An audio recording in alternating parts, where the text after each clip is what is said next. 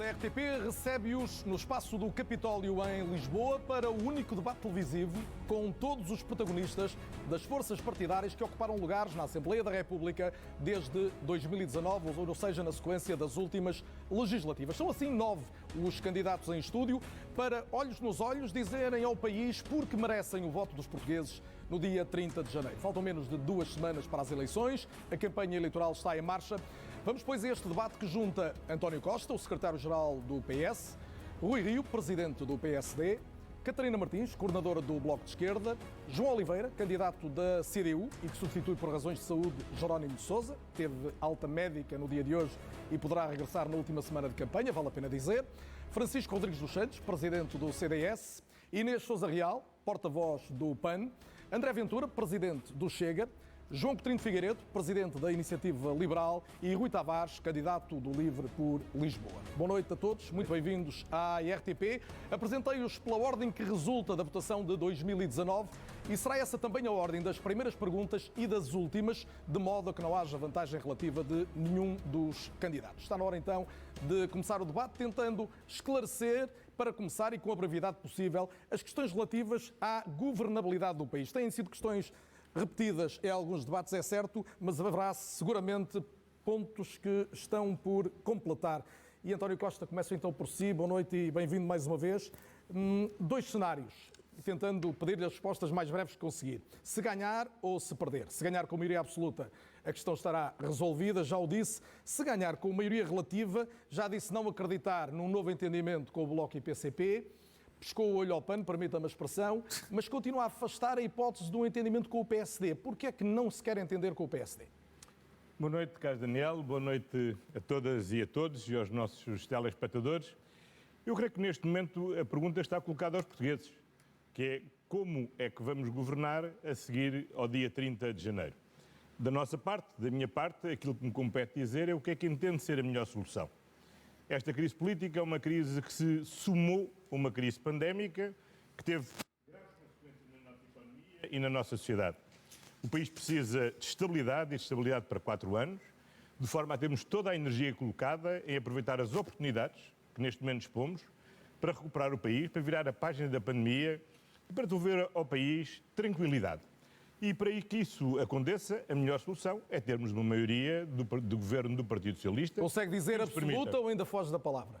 Sim, eu acho que é uma maioria absoluta, que é aquilo que garante estabilidade durante 4 anos. Vamos então aos 2 cenários que eu ia colocar, se me permite, recuperando a questão. No caso de uma maioria relativa, já disse não vir às costas ao país, tem aqui algumas possibilidades. A hipótese da reedição de Geringonça, que aparentemente afasta, uma hipótese da eco-Geringonça, que também tem sido colocada, e esta hipótese de um entendimento com o PSD, para o qual Rui Rio se diz disponível. Porquê é que o senhor não fala nunca desta disponibilidade?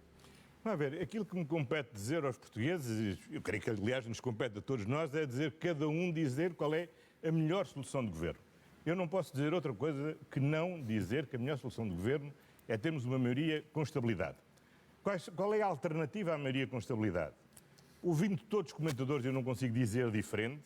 O que todos dizem é, não havendo uma maioria estável, aquilo que vamos andar é de crise em governos provisórios de 2 anos.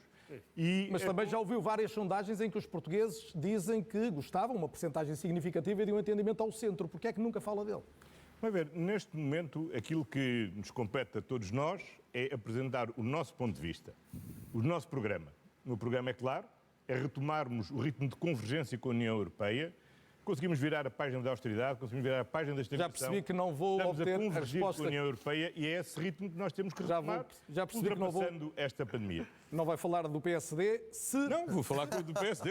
Agora, vamos ver, o Rui Rio falará melhor do PSD. Vai falar já a seguir, Apenas e pedindo outra vez... Agora compete-me se embora falar do PS. Com certeza. E a propósito do PS, o senhor também já deixou claro que se perder, sai. A minha pergunta é se sai no dia das eleições ou se vai gerir o momento seguinte, porque o PS pode perder e não haver uma maioria óbvia também à direita. Para mim é muito claro o seguinte, ganhando as eleições, eu assumo as minhas responsabilidades. Acho que é desejável poder assumir essas minhas responsabilidades com condições para poder governar com estabilidade. Mas são os portugueses que decidem quais são as ferramentas que põem ao meu dispor para governar. Mas se perder, sai. Se é maioria.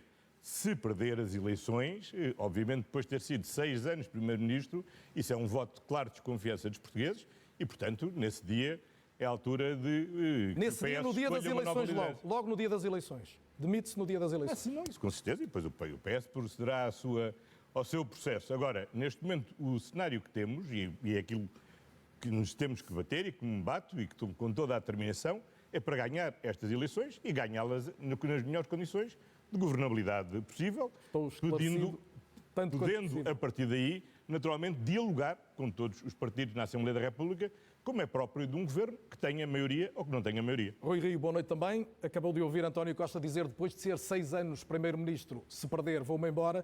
Recordo que o senhor disse na campanha interna do PSD, depois de estar 4 anos como líder da oposição, se eu não ganhar com a minha idade, até acrescentou isso, nunca mais vou ser Primeiro-Ministro. Repete essa frase agora. Muito bem, muito boa noite a todos. Deixe-me começar por dizer o seguinte. Estamos aqui todos, somos 9, ainda mais alguns que não estão aqui, que também se candidatam. Vou estar cá amanhã. Pronto, teoricamente, qualquer um pode ser Primeiro-Ministro, ou qualquer uma, mas na prática não é assim. Portanto, a grande decisão que se vai tomar no dia 30 de janeiro é se o Primeiro-Ministro é indicado pelo Partido Socialista, o Dr. António Costa, ou é indicado pelo PSD, e sou eu. Isto é que é o que os portugueses têm de pensar na hora de voto, aqueles que querem o Dr. António Costa, aqueles que me querem a mim, ou aqueles que não querem o Dr. António Costa e não me querem a mim, têm de votar ao contrário. Portanto, aquilo que se vai decidir, o mais importante que se vai decidir é isso. Uma vez isso decidido, como é que se resolve a questão? O Dr. António Costa diz que uma maioria absoluta estável do PS, uma maioria absoluta estável do PST tem exatamente o mesmo efeito. Mas como a probabilidade de haver uma maioria absoluta, seja do PS ou do PST, é muito próxima de zero, em minha opinião, um de nós vai ganhar, mas vai ganhar com uma maioria relativa, aquilo que eu não quero é que o país depois ande em sucessivas eleições. E para o país não andar em sucessivas eleições, eu tenho que ter espírito democrático. As eleições são democráticas. Mas então o que está a dizer é que admite... Mas neste aspecto, eu acho que os votos na urna estão direitinhos e contam se são Portanto, já não repete aquela frase... Se eu não for Primeiro-Ministro agora, nunca mais vou ser. Eu vou lá. Não termino sem dizer isso, porque se eu terminar sem dizer isso, volta-me a perguntar, eu questiono. Só estou a enquadrar a questão. E, portanto, o que é que eu entendo que deve ser feito? Eu entendo que se eu não ganhar as eleições, tenho de ter disponibilidade para negociar a governabilidade. Mas quero o contrário também. Agora, se for eu a ganhar, sem maioria absoluta, que é o mais provável, não é? Se for eu a ganhar, quero que os outros também tenham disponibilidade para negociar. E negociar não é pôr em cima da mesa aquilo que é impossível de dar, é pôr em cima da mesa aquilo que é sensato fazer perante uma decisão do eleitorado que entendeu que não deve dar a maioria absoluta a partido nenhum. Pronto. Dito isto, a sua pergunta é se eu saio no dia à noite. Não, no dia à noite não saio, nem nunca sairia em circunstância alguma, porque acho que é uma manobra teatral, assim, que eu não é propriamente dentro do meu estilo. Agora, obviamente, que o partido tem de pensar aquilo que quer fazer relativamente à liderança. Isso é evidente. Agora, eu também, quando lhe disse isso, estava a contar que a situação no PSD fosse normal, ou seja, a seguir às eleições havia diretas e um congresso. Tudo isso foi antecipado e foi-me dado um mandato de mais 2 anos. Depois logo se vê. Não me preocupa rigorosamente nada isso. O que me preocupa agora é dia 30 de janeiro. E numa resposta muito rápida, dependerá do resultado eleitoral a sua própria vontade de continuar a ser líder do PSD, isto no caso eventual de não ganhar? A vontade do partido depende do resultado eleitoral, claro, e o resultado eleitoral pode ter pode ser muito, tem um leque alargado, não é? Não me parece que vá ser uma diferença muito grande entre os dois, mas enfim, isso depois logo se vê. Não me parece que seja um elemento central neste momento. Agora, se a pergunta é, eu estou muito agarrado aí, não estou. Eu acho que já todos perceberam que não estou. Estamos esclarecidos. Estou a cumprir uma missão. Em relação a este ponto, Catarina Martins, boa noite também e bem-vinda. Já definiu várias vezes como objetivo, como um dos, travar a maioria absoluta do Partido Socialista. Se depois das eleições o PS voltar a precisar do apoio do Bloco e António Costa exibir o orçamento que estava preparado para 2022, é impossível esse apoio? Muito boa noite, cumprimento todas e todos. Nós, no dia a seguir às eleições, não vamos estar a discutir um orçamento. Vamos estar a discutir um contrato de governo para Portugal que resolva as questões fundamentais. E eu ouço as pessoas quando elas falam comigo na rua e vêm-me falar do salário, vêm-me falar da pensão, vêm-me falar da saúde e vêm também pedir-me, entendam-se. Ninguém vem pedir uma maioria absoluta, porque na verdade eu acho que mesmo o Dr. António Costa seria incapaz de assinalar uma maioria absoluta que Portugal teve como um exemplo a que queira voltar. As pessoas vêm-me pedir sim para haver entendimentos que resolvam as questões concretas. E para esses entendimentos, o Bloco de Esquerda não faltará. Catarina Martins, não há estudo de opinião nenhum que não revele que os portugueses têm vontade de estabilidade política. A minha pergunta é até que ponto podem contar com o Bloco, depois do que aconteceu, designadamente em relação aos últimos orçamentos, para que haja uma estabilidade, no caso de haver uma maioria à esquerda. Esse contrato para o país, o Bloco de Esquerda vai fazê-lo. O Bloco de Esquerda fez no passado e fará. E não faltaremos a essa estabilidade. Eu lembro que em 2015 eu propus um acordo para o país ao Dr. António Costa, num debate também. Na altura, o Partido Socialista não respondeu, fez o seu caminho para querer a maioria absoluta. Mas, na verdade, o voto impôs que houvesse um acordo à esquerda. E ainda bem que houve. E é por isso que o Dr. Rui Rio não tem razão. Aqui não há uma escolha de Primeiro-Ministro. Aqui vota-se para um Parlamento e a maioria determinará o que é que existe no dia seguinte.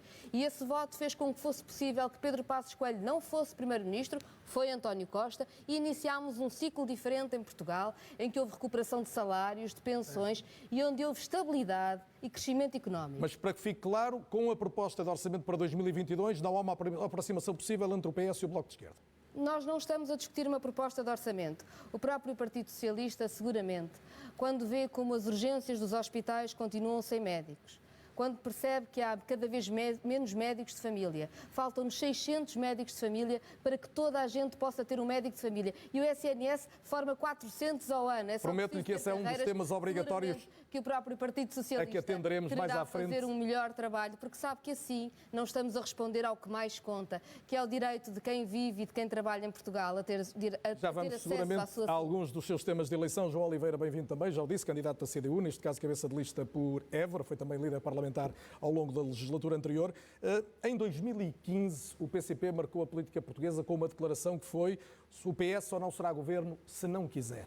Há alguma hipótese do PCP dizer a mesma coisa no dia 30 de janeiro à noite ou nas primeiras horas do dia 31? Em primeiro lugar, boa noite a todos, boa noite aos nossos telespectadores.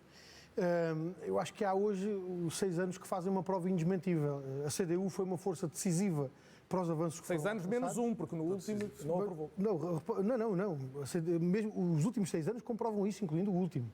A CDU foi uma força decisiva para todos os avanços que se alcançaram e nós precisamos de força não apenas para conseguir travar retrocessos, mas sobretudo para construir as soluções que são necessárias construir.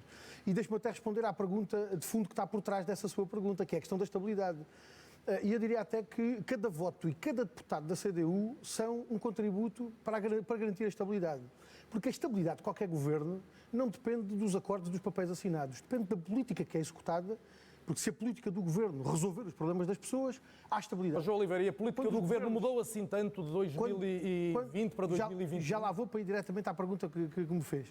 E, portanto, quando a política do governo resolve os problemas das pessoas, há estabilidade. Olha, ponho até a coisa ao contrário. Não há governos mais estáveis que os governos de maioria absoluta, mas as vidas das pessoas com governos de maioria absoluta são os mais instáveis possíveis. E, portanto, cada voto na CDU é um voto que contribui para essa estabilidade, porque contribui para uma política capaz de resolver os problemas das pessoas e contribui para outra coisa decisiva. Porque a CDU tem sido a grande força de convergência para políticas de esquerda, para que haja verdadeiramente uma resposta. Para chegarmos neste debate à discussão dessas políticas, exatamente, João, eu pedi-lhe que atendesse à minha pergunta e eu recoloco. Há uma frase que marca até a história da política, em grande parte, a quebra de uma separação histórica entre o PS e o PCP. Desde logo, embora também com o Bloco, como é evidente. O PCP poderá voltar a dizer o PS só não governa se não quiser? A CDU continuará a ser a grande força da convergência. Não vai responder. Para essas soluções que são necessárias. Nós não temos uma ideia de autossuficiência. Nós estamos disponíveis para convergir com todos aqueles que queiram convergir para que haja, tal como foi colocado nessa altura, se bem se lembra, quando nós adiantávamos essa possibilidade, quando inclusivamente o Dr. António Costa já tinha atirado a toalha ao chão, já tinha dado os parabéns a Passos Coelho e a Paulo Portas e já tinha dado por arrumado que a questão estava resolvida, fomos nós que abrimos essa porta a partir de uma noção concreta da política e das medidas que era preciso pôr em prática para dar resposta aos problemas. Muito obrigado. António Costa, em 30 segundos, ouviu... Deixe-me concluir a ideia. Hoje a questão está colocada, naturalmente não da mesma forma que em 2015, mas nos aumentos de salários, nas questões do trabalho, da saúde, nas creches, nas pensões, há respostas que têm que ser dadas e nós temos soluções para esses problemas e estamos disponíveis, com a nossa força e com a força que os portugueses nos derem. António Costa, tem que ser mesmo rápido, mas eu queria a sua réplica. Ouviu Rui Rio, ouviu Catarina Martins e João Oliveira. O que é que retira disto? Está mais perto de quem? Ou com quem é que deve falar, se for o caso da pergunta mais concreta, no dia das eleições, se precisar de apoio parlamentar? Para já estamos a falar todos com os portugueses. E aquilo que eu gostaria de dizer é o seguinte. Eu dei a cara, ainda há 2 anos atrás, dizendo que a melhor solução era a continuação da geringonça. O Bloco de Esquerda já rompeu com a geringonça, não foi este ano, foi já o ano passado, em 2020. E não foi pelo Bloco de Esquerda ter rompido que nós não fizemos a atualização do layoff para pagar a 100%.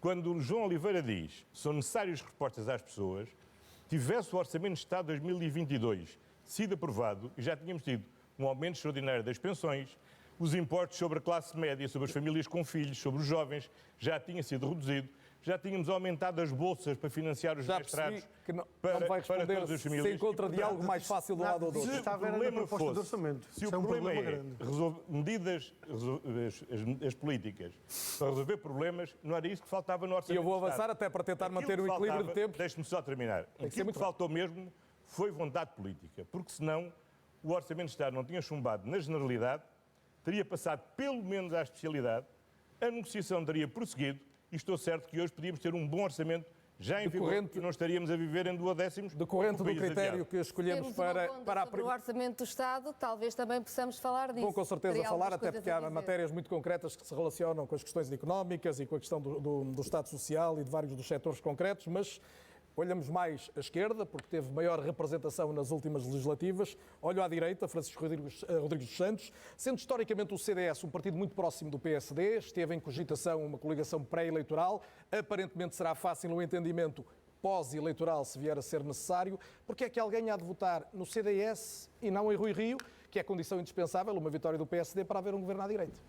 Boa noite, Carlos Daniel. Cumprimento todos os colegas de painel e começo com alguma bonomia por fazer uma provocação ao Dr. António Costa, que seria bom que, para responder a estas perguntas, trouxesse o Pedro Nuno Santos para estes debates, uma vez que disse que, caso não ficasse em primeiro lugar, mesmo com a hipótese da esquerda, muito remotamente, ter maioria no Parlamento, saía. Pode dar-se o caso de termos Pedro Nuno Santos a entender-se com a extrema-esquerda, de resto, a ala bolchevique do Partido Socialista. Estou certo que rapidamente garantia condições de estabilidade para se entender com o Bloco de Esquerda, com o PCP e levar por diante uma agenda radical a fazer lembrar bem os tempos do PREC. Portanto, quero dizer-lhe o seguinte. O professor Adriano Moreira, ex-presidente do CDS, tinha uma frase muito curiosa e prosaica, que era a seguinte: o voto só é útil para quem o recebe. O Dr. Rui Rio ensaiou aqui um discurso de apelo ao voto útil. Mas os portugueses já perceberam em 2015 que o voto útil acabou. Portanto, o que me permite a mim dizer, como líder do CDS, é que um voto no CDS é um voto certo para quem quer uma maioria de direita no Parlamento e uma governação de direita para Portugal que liberte o país do Partido Socialista. Por uma razão simples. Quando o Francisco diz, permita-me só interromper para clarificar este ponto. Em 2015 percebeu-se que não há votos inúteis. Isto significa que pode haver uma geringonça de direita, uma maioria de direita, mesmo que o PS seja o partido mais votado? Pois, eu vou responder a esta pergunta. É que nenhum voto no CDS será um voto desperdiçado, na medida em que um voto no CDS será sempre, incondicionalmente, um voto por uma nova maioria de direita no Parlamento. É um voto contra António Costa e a sua aliança com a extrema-esquerda. É um voto também contra o Bloco Central de Interesses, quer um, quer outro. Hoje abrem a possibilidade, fazendo dele um tema tabu, mas há um elefante na sala, que é a possibilidade destes dois partidos, sobretudo no voto no PST, ir parar ao bolso de António Costa. E, por outro lado, é também um voto numa direita que tem responsabilidade social e, portanto, se diferencia das outras e porque também na matéria de valores é conservadora e democrata cristã e não tem uma agenda igual à do Bloco de Esquerda e, por outro lado, também é um antídoto contra algum fanatismo populista. Mas não respondeu à minha pergunta. Admite uma geringonça de direita? Como? Admite uma geringonça de direita, a direita unida, representando mais mandatos, impor-se a uma votação maioritária no partido maioritário, quer dizer, ser o PS o mais votado, mas sem maioria? O que parece-me evidente que inaugurou-se uma nova praxe parlamentar, e aqui temos que dar mérito ao Dr. António Costa, como de resto aconteceu nos Açores, em que foi possível PST e CDS entenderem-se para formar essa nova maioria direita. O que eu digo é que eu não faço arranjinhos nem com a esquerda, nem com a extrema-esquerda. Portanto, da parte do CDS, estamos disponíveis, integrando as nossas propostas, liberdade de escolha na saúde, na educação, bem, já lá vamos às propostas, na natalidade, Francisco. na habitação, no Inês choque Sousa fiscal, Real, para construir esta solução alternativa já vamos à às esquerda propostas, Francisco. e para libertar o Quanto país mais do Partido depressa Socialista. esgotarmos a questão da governabilidade, mais depressa iremos às propostas concretas e é, obviamente, o essencial do debate esta noite. Mas Inês Sousa Real, bem-vinda também. O PAN diz ao centro, diz que pode viabilizar um governo do PS como do PSD. A verdade é que votou pela viabilização de todos os orçamentos do Partido Socialista, incluindo o último na generalidade, e também votou favoravelmente, é o partido que mais o fez, 70% das iniciativas do Governo, das iniciativas legislativas do Governo. Porquê é que não assume que prefere o PS no Governo em vez do PSD? Antes de mais, muito boa noite. Boa noite e bem-vindo. Daniel. Muito boa noite a todas e a todos aqui no painel e a quem nos está a acompanhar lá em casa. Deixar claro que, para já, a convergência que tem existido na Assembleia da República tem sido, de facto, PS e PSD que mais têm convergido na sua votação. É importante que as pessoas tenham a consciência... Em relação aos diplomas do Governo, o PAN está à frente do PSD, mas é uma precisão. É importante que as pessoas tenham consciência, por um lado, que uma maioria absoluta ou um bloco central não serve os interesses do país. E o PAN já demonstrou em vários momentos, ao longo destes 6 anos em que está na Assembleia da República, que é um partido útil à democracia, que é um partido responsável e que, inclusivamente, nos momentos mais difíceis que o país tem atravessado, como foi o caso agora desta crise sanitária, o PAN esteve sempre presente e não se furtou de apresentar iniciativas legislativas para dar respostas às preocupações, que inclusivamente chegámos a ser acusados de folclore parlamentar, numa total descrédito daquilo que é o poder da Assembleia da República, e temos também feito grandes avanços naquilo que tem sido em matérias que muitas das vezes eram esquecidas, como a crise climática, por exemplo, que ficou tantas vezes para trás, inclusivamente há forças políticas que nem a Lei de Bases do Clima votaram a favor, ou na proteção animal. E o PAN tem a consciência de que jamais viabilizará uma solução governativa que, por exemplo, queira retomar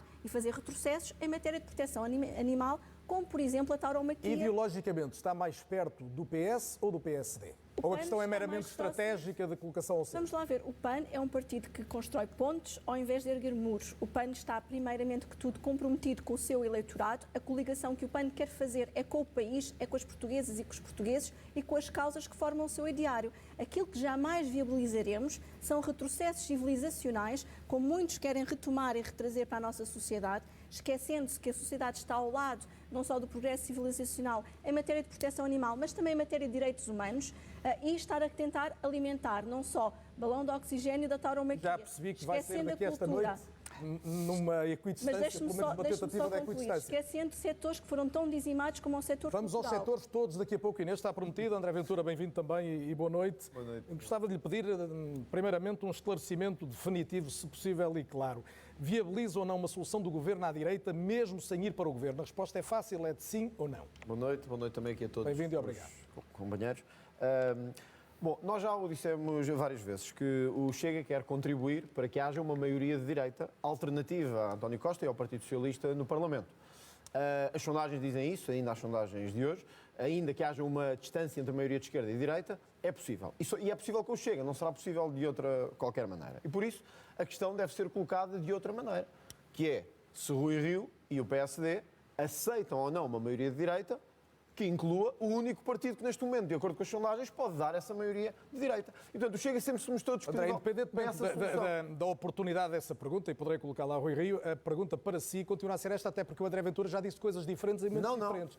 Disse, não vou recordá-lo agora todos os momentos, mas disse, e os portugueses em casa querem perceber isto, só indo para o Governo viabiliza essa alternativa de direita ou não? Eu já esclareci isto várias vezes. Se o Chega tiver uma votação expressiva, acima dos 7%, como as sondagens nos dão ainda hoje, ou ontem, o Chega exigirá a presença no Governo por uma razão. Porque nós olhámos para a experiência que tivemos nos Açores e não correu bem. A luta contra a corrupção e o Gabinete contra a Corrupção avançou apenas porque o Chega o exigiu.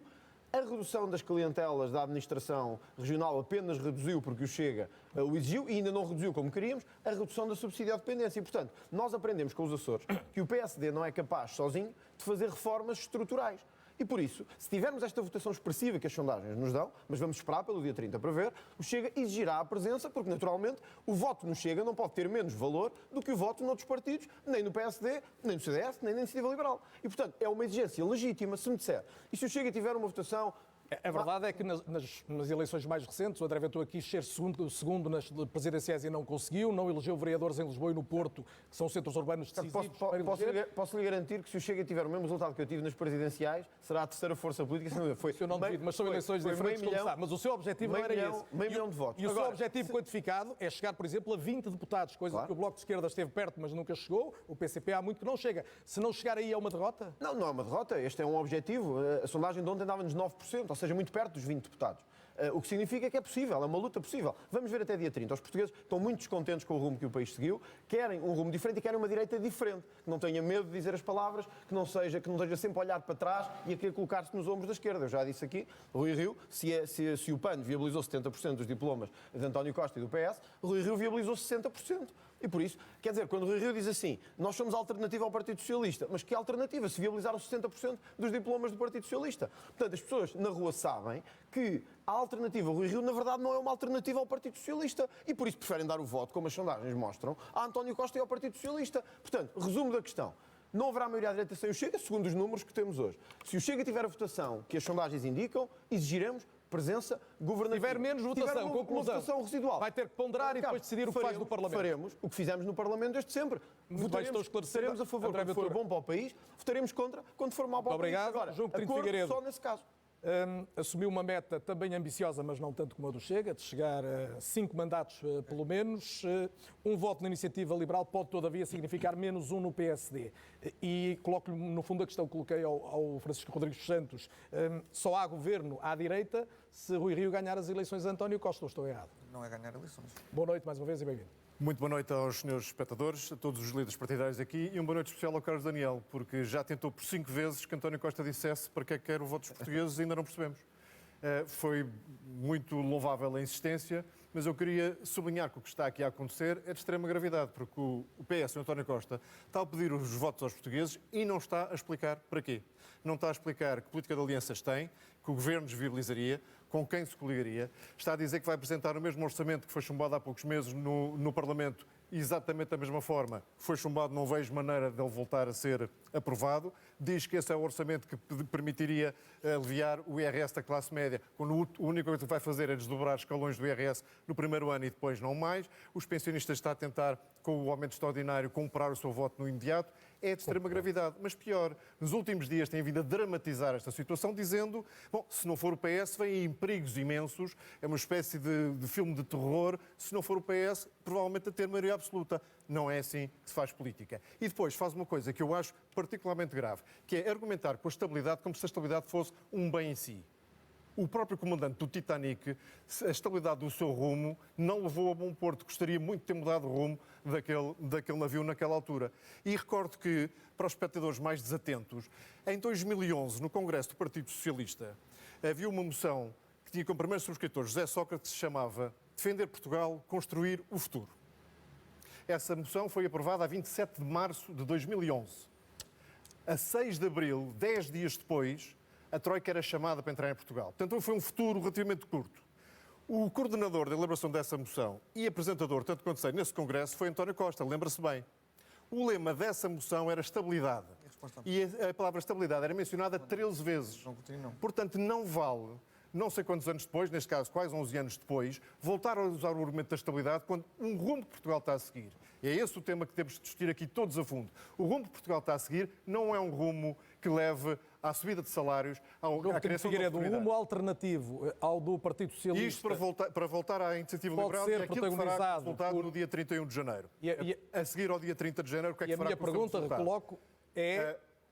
Porque é que se há de votar na iniciativa e não no PSD? Definiu-a com clareza, como faz sempre, com o seu programa muito bem estruturado, com a sua ideologia muito bem marcada, com os seus objetivos eleitorais muitíssimo bem definidos, e os portugueses sabem exatamente o que é que votam quando votam na iniciativa liberal, ao contrário do que o PS fará com o seu voto. E com o voto na iniciativa liberal já mostramos disponibilidade para nos sentarmos com o PSD a discutir o que é que seria um programa de governo alternativo a este socialismo que nos tem desgovernado. PSD, isto vai ser fácil o entendimento consigo. Diga-me em 30 segundos, não posso dar mais. Não vai ser fácil. Vai ser fácil. Estão lá, há uma cultura democrática. Não sabe se vai ser fácil? Não sei, na altura logo se verá, não é? As negociações sabem como é que se começa, não sabem como é que se acaba. O que eu quero dizer é que, sem a iniciativa liberal, o PSD pode-lhe faltar o ímpeto reformista e a coragem de fazer as reformas até ao fim, que a iniciativa liberal acha fundamentais fazer em Portugal. Muito obrigado. Rui Tavares, candidato do LIVRE, cabeça de lista por Lisboa, bem-vindo também. Lançou a ideia da eco-geringonça, dando a entender, e isto é uma interpretação minha, eu ia dizer uma interpretação livre, mas é melhor evitar a expressão, um entendimento que pode acontecer à esquerda de uma forma relativamente fácil e coesa. A minha pergunta é, se calhar um pouco na linha do que perguntava ao João Coutinho Figueiredo, que força negocial é que lhe vai restar a seguir para a recusar algumas ideias do Partido Socialista ou, no limite, dizer por aí não há maioria de governo, se o LIVRE vier a ser importante, significativo para essa maioria? Como, aliás, as sondagens indicam. Boa noite, obrigado pela pergunta, boa noite a todos e a todas. É um privilégio estar aqui a debater convosco e com os nossos concidadãos o futuro do país, privilégio do qual temos que saber ser merecedores. Não vale a pena ter grandes jogos de sombras chinesas com esta questão, que é uma questão simples em qualquer lugar do mundo. Se houver uma maioria à esquerda, nós seremos parte da solução. Se houver uma maioria à direita, nós seremos parte da oposição. E sabemos até perfeitamente o que é que António Costa vai dizer a seguir aos resultados eleitorais. Em primeiro lugar, vai dizer vamos lá ver, porque esse é o seu bordão de linguagem que ele repete muitas vezes, e a seguir vamos ver. Ou seja, vamos ver que maioria existe e uma ecogeringonça é qualquer geringonça onde o LIVRE esteja presente e que responda às urgências do nosso tempo. Que reverta os danos do passado, como a geringonça inicial fez com os danos da Troika, que reverta o dano... Só para esclarecer, uma ecogeringonça envolve o LIVRE e o PAN, ou pode envolver também a CDU, PCP mais PEV e o Bloco? Será o mais ampla possível. O que nós propomos é um roteiro que me parece claro e que, aliás, após as eleições, ninguém dirá que discorda dele. Antes das eleições podem chutar para canto, mas depois não. Em primeiro lugar, o país não pode continuar a viver a duodécimos. E, portanto, temos que ter a exigência de procurar viabilizar um orçamento, criar espaço negocial para isso. Não é a nossa preferência pôr isso em primeiro lugar. Nós preferiríamos uma negociação à alemã, ou seja, 2 meses, 3 meses, o que fosse necessário até ter um programa de legislatura, mas estamos na situação em que estamos, não temos o luxo do tempo, é preciso viabilizar um orçamento para criar espaço negocial e um programa de governo.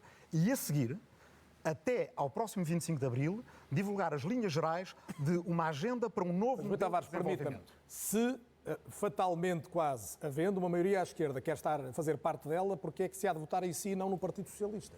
Por uma razão muito simples, porque não se escolhe só um primeiro-ministro.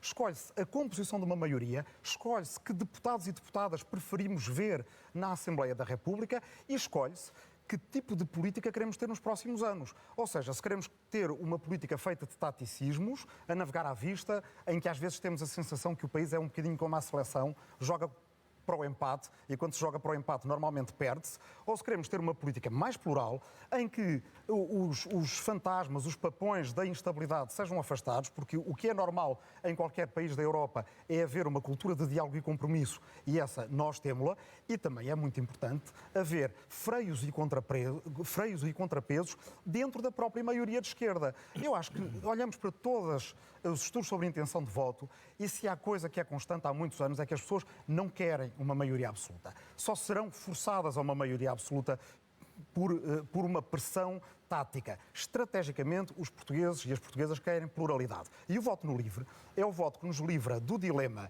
entre o Bloco Central e a maioria absoluta, dando um voto à esquerda, aliás, um voto à esquerda que não deixa tudo na mesma, e que à esquerda também nos livra daquela ambivalência que temos muitas vezes para perceber se foi o isolacionismo de uns ou a intransigência de outros que nos levou à situação em que estamos. Com o voto no LIVRE não precisamos de escolher. Estou esclarecido, Rui Tavares, muito obrigado. Vamos então às políticas, vamos à matéria substantiva a partir daqui. Só para a vossa orientação, temos ainda 20 minutos de tempo útil até o intervalo e depois teremos mais cerca de 50 minutos na segunda parte.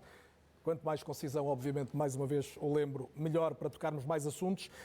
Vou tentar englobá-los em 2 grandes temas. Um primeiro relativo às questões do crescimento económico que têm sido muito trazidas, que envolvem a fiscalidade, mas também que ligam com política de rendimentos, com apoios sociais e na relação até com a pobreza. Vale a pena dizer que entre 300 a 400 mil portugueses caíram na pobreza na sequência da pandemia, somaram-se aos que já existiam. E esta questão, e começo por si, Catarina Martins, até porque está em ligeira desvantagem de tempo, que é outra das questões que vou tentando fazer com o maior rigor possível. Combater a pobreza passa necessariamente por garantir, e estaremos de acordo, apoios sociais, um aumento de salários, mas para isso é necessário que a economia cresça. A maior parte dos economistas, quase a esmagadora maioria, diz que isso passa por melhores qualificações, mais investimento designadamente privado, empresas de maior dimensão e mudanças na política fiscal. Eles estão enganados? Não estarão enganados. Seguramente precisamos de educação, qualificação, boas políticas fiscais também. Precisamos de salário, que é a primeira forma de redistribuição de riqueza e aquela que faz com que o país possa avançar.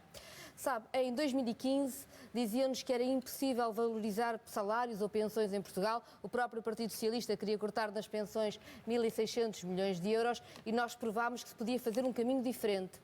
Ainda bem que o fizemos. E provámos também, ainda durante a pandemia e mesmo com as divergências com o Partido Socialista, como é importante apoiar quem está mais vulnerável. Eu lembro, por exemplo, que embora o Partido Socialista nunca tenha executado o orçamento suplementar, que o Bloco de Esquerda, aliás, foi o único partido de esquerda que viabilizou, 7 mil milhões de euros, quando depois aprovou um orçamento para 2021, que o Bloco já não acompanhou, nós avisámos, não há apoio social para quem mais precisa. E o próprio Partido Socialista, que não nos deu razão na altura, acabou por vir corrigindo o seu orçamento ao longo do ano 2021, tanto em questões de saúde como em questões sociais, porque realmente o orçamento era, como nós tínhamos dito, completamente insuficiente e o PS foi tentando fazer essas alterações para não deixar o país muito desprotegido.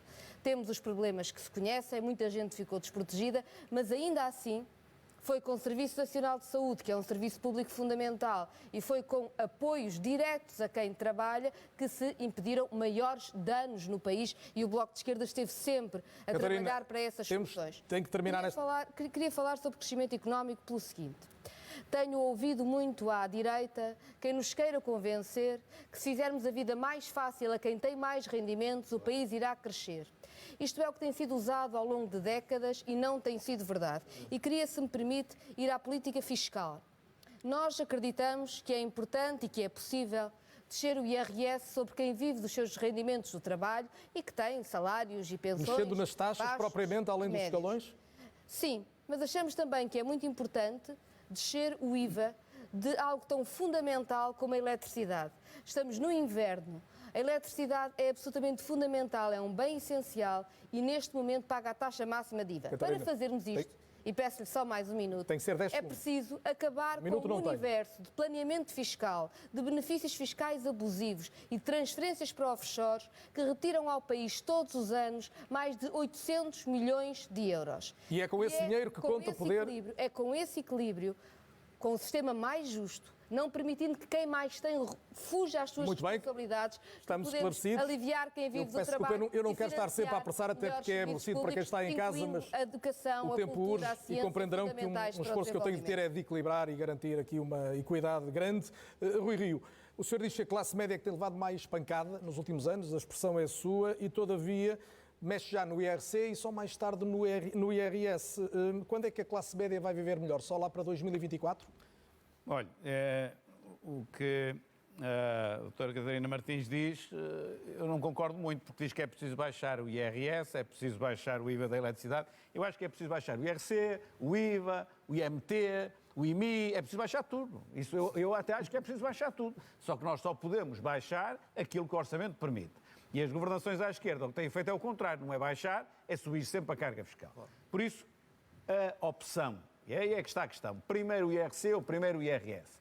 Se for primeiro o IRS, é continuar mais do mesmo. É nós fomentarmos a distribuição sem termos cuidado da produção. E quando nós distribuímos aquilo que não temos, quando queremos que os portugueses gastem aquilo que ainda não produzem, ou dá inflação quando o produto quando estou a consumir bens internos, ou então dá déficit da balança de pagamentos porque eu faço mais importações que as exportações, desequilibra isto tudo. Um dia até foi preciso chamar a Troika precisamente pelo endividamento externo. Portanto, nós temos de ter uma política coerente se queremos que os portugueses vivam efetivamente melhor. O senhor já tem dito isso. Vivam efetivamente melhor e não criar a ilusão do momento. O senhor já tem dito Para isso é preciso cuidar primeiro da produção para depois, de uma forma sustentável, dar uma melhor vida aos Eu vou dar-lhe mais um minuto, mas gostava de lhe colocar esta questão.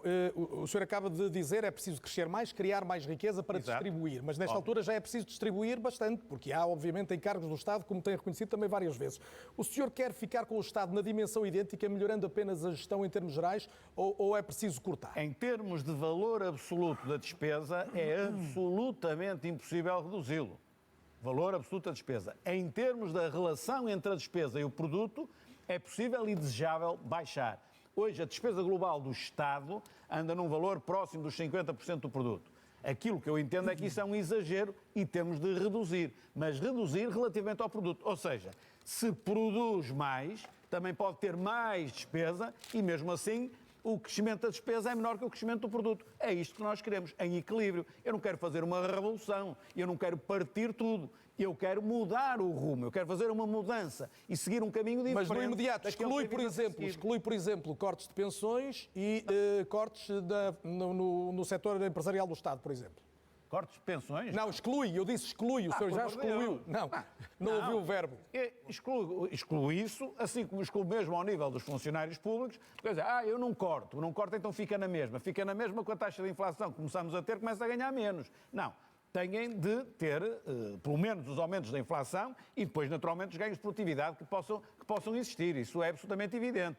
Agora, se nós organizarmos melhor a despesa pública, se nós racionalizarmos a despesa pública, que foi o que eu já fiz em empresas privadas ou na Câmara Municipal do Porto a uma escala diferente, se nós fizermos isso, nós conseguimos, obviamente, com menos receita e menos despesa, em termos relativos, naturalmente, conseguir muito melhor. Há um grande desperdício. Olha, o que se passa na saúde agora, com o facto de não terem negociado a tempo e horas a energia para os hospitais, o organismo que tem os serviços partilhados no Ministério da Saúde. Neste momento vão pagar energia, os hospitais, 3 vezes mais. Já vamos à saúde, seguramente, neste debate. Poupança, nem é poupança. António Costa.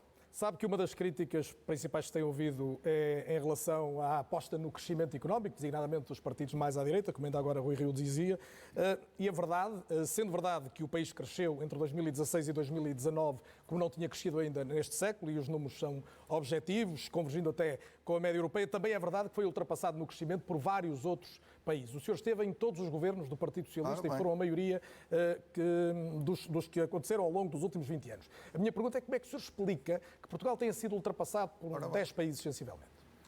Bom, entre 2016 e 2019, a economia portuguesa cresceu 7 vezes mais do que nos 15 anos anteriores.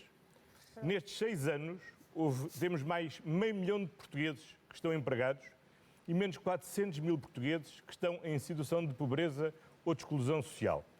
Este crescimento assentou no aumento do investimento privado. O ano passado, em 2021, nós tivemos só nos primeiros 9 meses do ano 20 mil milhões de investimento das empresas, o que significa uma grande confiança das nossas empresas no crescimento da economia portuguesa. E é isso que nos permite, neste momento, termos uma taxa de desemprego que já está abaixo do nível que tínhamos antes da crise. Qual é a nossa ambição para os próximos 4 anos? A nossa ambição é acelerar este crescimento. E porquê é que podemos acelerar? Porque hoje temos 2 coisas fundamentais. Primeiro, recursos disponibilizados pela solidariedade da União Europeia, que não dispunhamos anteriormente, para fazermos mais e melhor e, portanto, irmos mais rápido e crescermos sempre acima da média europeia. Segundo lugar, porque nós hoje dispomos de um sistema científico mais robusto, que está a trabalhar mais próximo das empresas, o que é fundamental para alimentar um ciclo de inovação, e temos recursos humanos cada vez mais qualificados. António Costa. E o grande investimento que nós temos de fazer é nas qualificações e na inovação, e para isso é fundamental também nós fixarmos e criarmos melhores condições de trabalho para quem trabalha em Portugal. Quer o seu sublinhado em relação ao passado recente, quer a sua projeção, mas a minha pergunta é porquê é que em 20 anos fomos ultrapassados por tantos países que chegaram mais tarde, designadamente aos benefícios resultantes da adesão à Europa? Bom, a história explica isso, o que nós temos é que nos focar no futuro, e há uma coisa que lhe queria sublinhar, é que desde que eu sou A história quer dizer o quê? Não, desde que eu sou Primeiro-Ministro, pela primeira vez neste século, Portugal cresceu acima da média europeia, ou seja, aproximámos-nos dos países mais ricos. E se formos ver quais são os fatores fundamentais para o crescimento económico, como sejam as qualificações, como seja o investimento em ciência, nós ultrapassámos alguns dos países mais modernos do que nós. Por exemplo, nós ultrapassámos, por exemplo, a Itália ou Luxemburgo. Em matéria de qualificações, nós ultrapassámos com o número de estudantes a frequentar o ensino superior. Nós ultrapassámos, por exemplo, países como a Alemanha ou países como a Dinamarca. E, portanto, nós, com os países com quem nós temos que nos ambicionar, aproximar, nós temos estado a avançar nesse sentido. E para avançar mais, nós temos que criar melhores condições para as pessoas viverem e trabalharem em Portugal. Por isso é que é fundamental não adiar para 2025 ou 2026 a redução do IRS. E a redução do IRS não é só mudar escalões. É com a mudança de escalões nós baixamos a taxa. E não tem mais tempo para essa questão? Segundo lugar, que é muito importante, deixe-me só terminar, porque isto é fundamental. As novas gerações, que são as gerações mais qualificadas que o país alguma vez dispôs, têm que ser as mais realizadas. E é por isso que a nossa proposta do IRS jovem, que isenta de tributação durante 5 anos de atividade os jovens em início de carreira, é fundamental para aumentar... Já o tem dito, já o tem repetido, e ficou também assinalado neste debate. João Coutinho de Figueiredo, deixe-me perguntar-lhe, a Iniciativa Liberal já o tem dito também várias vezes, defende uma alteração completa na questão do IRS, com duas taxas transitórias a caminhar para uma taxa única de 15%. A minha pergunta é esta. Um português que ganha acima de 3.500 euros brutos mensais paga hoje mais de 28%. Ou seja, os que ganham mais vão pagar menos, é assim? Eu queria começar por voltar a saudar o Carlos Daniel, porque voltou a tentar arrancar uma resposta ao Primeiro-Ministro sobre... Eu fico grato, mas estou só a fazer o meu trabalho. Pois, eu sei que é a sua função, mas não está a correr muito bem neste diálogo direto com o Primeiro-Ministro, porque voltou a não responder porque é que tantos países nos ultrapassaram, e a resposta foi, essa história explica. Portanto, corremos o risco daqui a 4 anos, ou 8, ou 12, estamos a fazer a mesma pergunta ao António Costa ou outros responsáveis do Partido Socialista. Mas sabe porque é que a história explica? É porque a resposta vai ser, a história explica. É muito simples. Não é a história, não explica. António Costa, não é a história que explica. É o sistema político e o sistema económico desses países que é muito mais robusto do que o nosso e produz muito mais crescimento. E um dos motivos pelo qual produz muito mais crescimento é que tem um sistema fiscal muitíssimo mais amigo, não só do investimento, mas sobretudo da possibilidade de subir na vida a trabalhar. E eu gostava que as pessoas que estão lá em casa tivessem a hipótese de perceber aquilo que a proposta da Iniciativa Liberal nestas eleições de baixar o IRS para 2 escalões representa concretamente para as suas vidas. Há um simulador da nossa proposta em irs.liberal.pt. Vejam quanto é que podem poupar com a proposta fiscal. A publicidade feita, mas a minha pergunta... Não é publicidade, é informação. Publicidade ao site? É informação. É informação, as pessoas poderão saber o que é que isso significa realmente nas suas vidas. E porquê é que isto é importante? Porque isso é a maneira mais rápida de subir os salários líquidos. Portugal é o país da Europa Ocidental com o salário líquido mais baixo.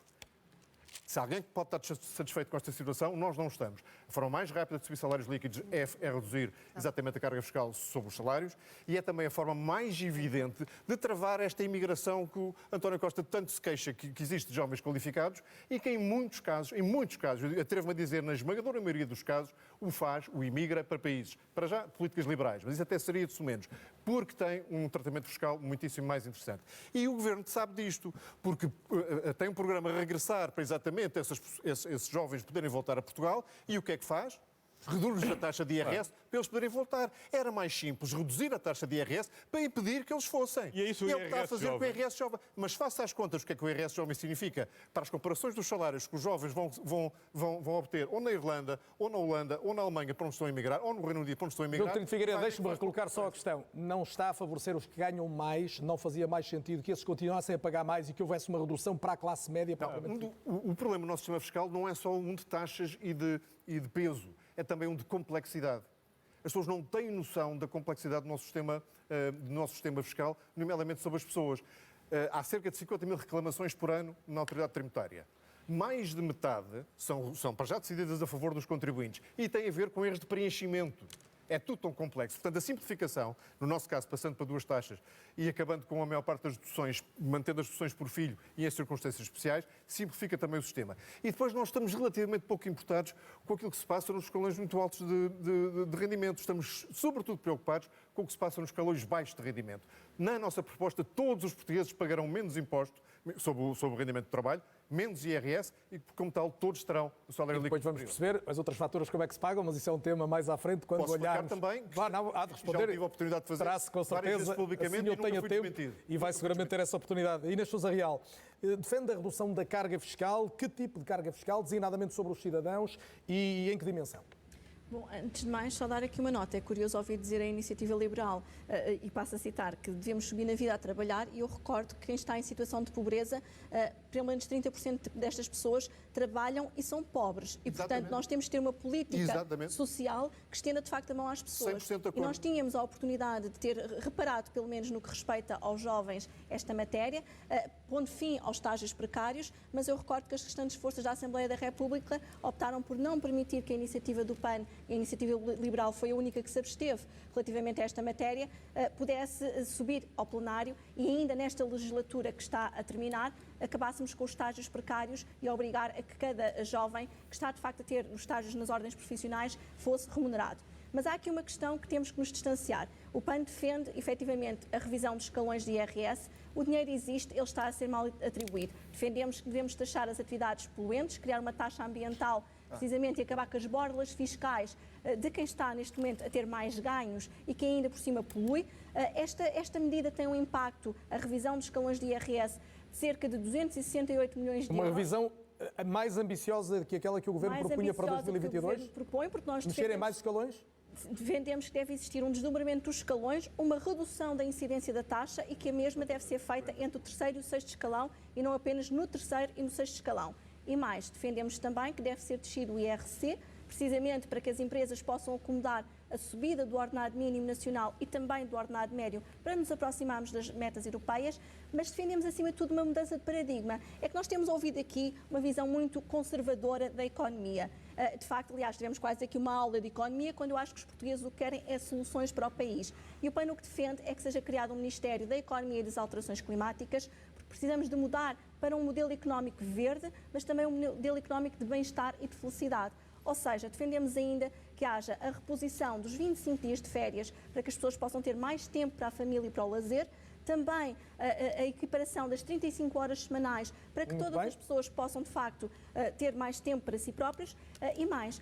Há, de facto, aqui atividades que têm, de alguma forma, de compensar aquilo que é esta descida da carga fiscal, porque não podemos continuar a ter PPPs rodoviárias que custam todos os anos, vão custar 10 mil milhões de euros mais ao assim país. Conclui, e este dinheiro poderia, de facto, reverter para estas atividades.